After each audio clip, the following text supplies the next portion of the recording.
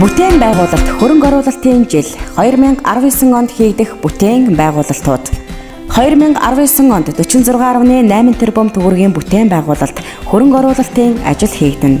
4 сургуулийн барилга шинээр баригдаж, 2 сургуулийн барилга их засварт орж, сургуулийн хүчин чадлыг 2200 хүүхдээр нэмэгдүүлнэ. Эрдэнэ, Батсөмбөр, Өндөр Ширээт, Баян, Жаргаланд сумдад 5 дотуур байр ашиглалтад орж, дотуур байрны хүчин чадлыг 595 ороор нэмэгдүүлнэ. Жаргаланд сумд 100 хүүхдийн цэцэрлэг, Эрдэнэ сумд 150 хүүхдийн цэцэрлэг, Баян Өнжүүл сумд 100 хүүхдийн цэцэрлэг, Баян Чанбан сумд 150 хүүхдийн цэцэрлэг ашиглалтад орж, хүчин чадал 500 ороор нэмэгдэнэ. Сэргэлэн сумын ерөнхий боловсролын сургууль, Баян Хангай сумын соёлын төвд 400 сая төгрөгийн их засвар хийгдэнэ. Дээвэр төслийг хэрэгжүүлэн Мөнгөн морьт сумын цэцэрлэг, Дэлгэр хаан сумын сургууль, Бүжинхэн цэцэрлэгийн А байр, Сөмбөр сумын дотуур байрны барилга байгууламжийн ашиглалтыг сайжруулна. Борнуур сумын дотуур байр, Баян цагаан сумын сургууль, Баян сумын сургуулийг ариун цэврийн байгууламжтай болгож, хүүхдүүдийн ая тухтай сурах нөхцөлийг хангана.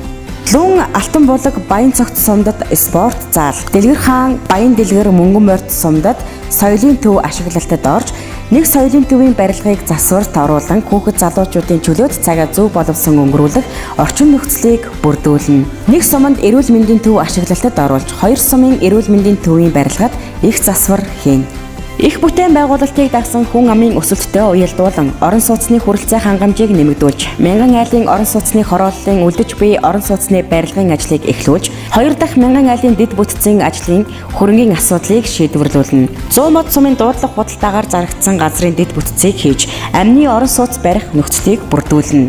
Ашиглалтын шаардлага хангахгүй орон сууцыг дахин төлөвлөх ажлыг хувийн хөрөнгө оруулагчтай хамтран хэрэгжүүлэх боломжийг судалж, түрээсийн орон сууц хөтөлбөрийг үргэлжлүүлэн хэрэгжүүлнэ. Зам дагсах хөгжлийг цогцлон, иргэдийнхээ ая тухтай аюулгүй зорчих нөхцөлийг бүрдүүлнэ. Алтан булаг чиглэлд 13.7 км хатуу хожолттой автозам, Эрдэнэ санд чиглэлд 3.2 км хатуу хожолттой автозам ашиглалтад орно. Мөнгөн морьт сумын чиглэлийн 60 км автозамын барилгын ажлыг эхлүүлнэ. Мандшир чиглэлийн хөгшгийн хөндийн онгоцны буудлын 15.4 км автозамын хөрөнгийн асуудлыг шийдвэрлүүлнэ. 100 мод суманд 1.4 км дугуйн зам барьж ашиглалтанд оруулж, төвийн 1.9 км автозамын гэрэлтүүлэг, тоноглолын шинжилэлт хийнэ. Эрчим хүч инженерийн дэд бүтцийн хангамжийг нэмэгдүүлэх, бүтээн байгуулалтын ажилд төр хувийн хөвшлийн хөрөнгө оруулалтыг дэмжиж, Борнуур, Баян цагаан, Баян сумын сургуулийг бие даасан ариун цэврийн байгууламжтай болгоно. Төвлөрсөн халаалтын системд 2 сумыг холбох судалгааны ажил хийж, хөрөнгө оруулагч татна.